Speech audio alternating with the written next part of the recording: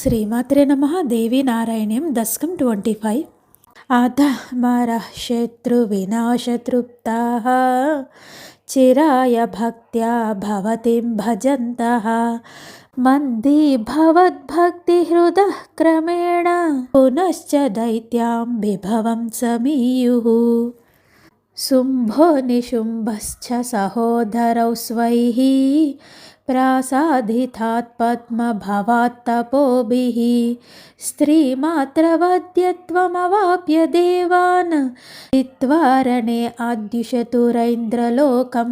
భ్రష్టశ్రియస్తే తు గురోపదేశాద్ హిమాద్రిమాప్తానునుఃసురాస్త్వాం తేషాం పురశ్చాత్రిసుతా విరాసీత్ స్నాతుం గతా సా కిల దేవనాద్యాం.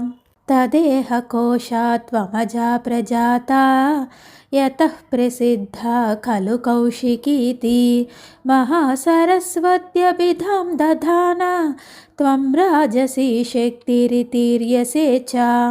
హిమాద్రిశృంగేషు మనోహరాంగీ సింహాధిరూఢా మృదుగానలోలా శ్రోత్రాణి నేత్రాణ్యపి దేహభాజాం చకర్షిత అష్టదశా బాహుయుక్త.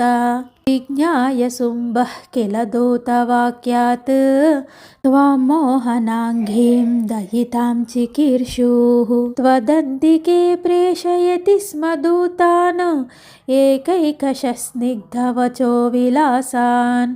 త్వాం ప్రాప్యతే కాళికయాం సమేతాం ఏకైకశః శుంభగుణాన్ ప్రభాష్య.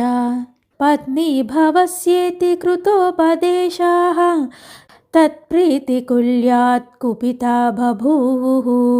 శుంభాజ్ఞయా ధూమ్రవిలోచనాఖ్యో రణోద్యతః కాళికయా హతోభూత్.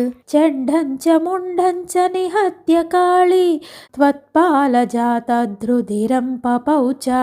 చాముండికేతి ప్రదితా తతః సా త్వాం రక్తబీజోధయుయుత్సురాపా.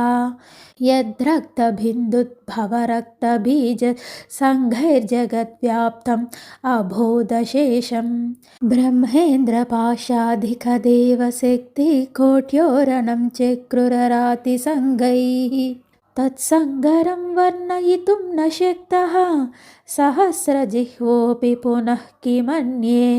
రణే అతిఘోరే వివృతాననాసా కాళీ స్వజిహ్వం ఖలు చాలయంతి. త్వచ్చస్రకృత్తా కిల రక్తబీజ రక్తం పపౌ గర్జన భీత దైత్య.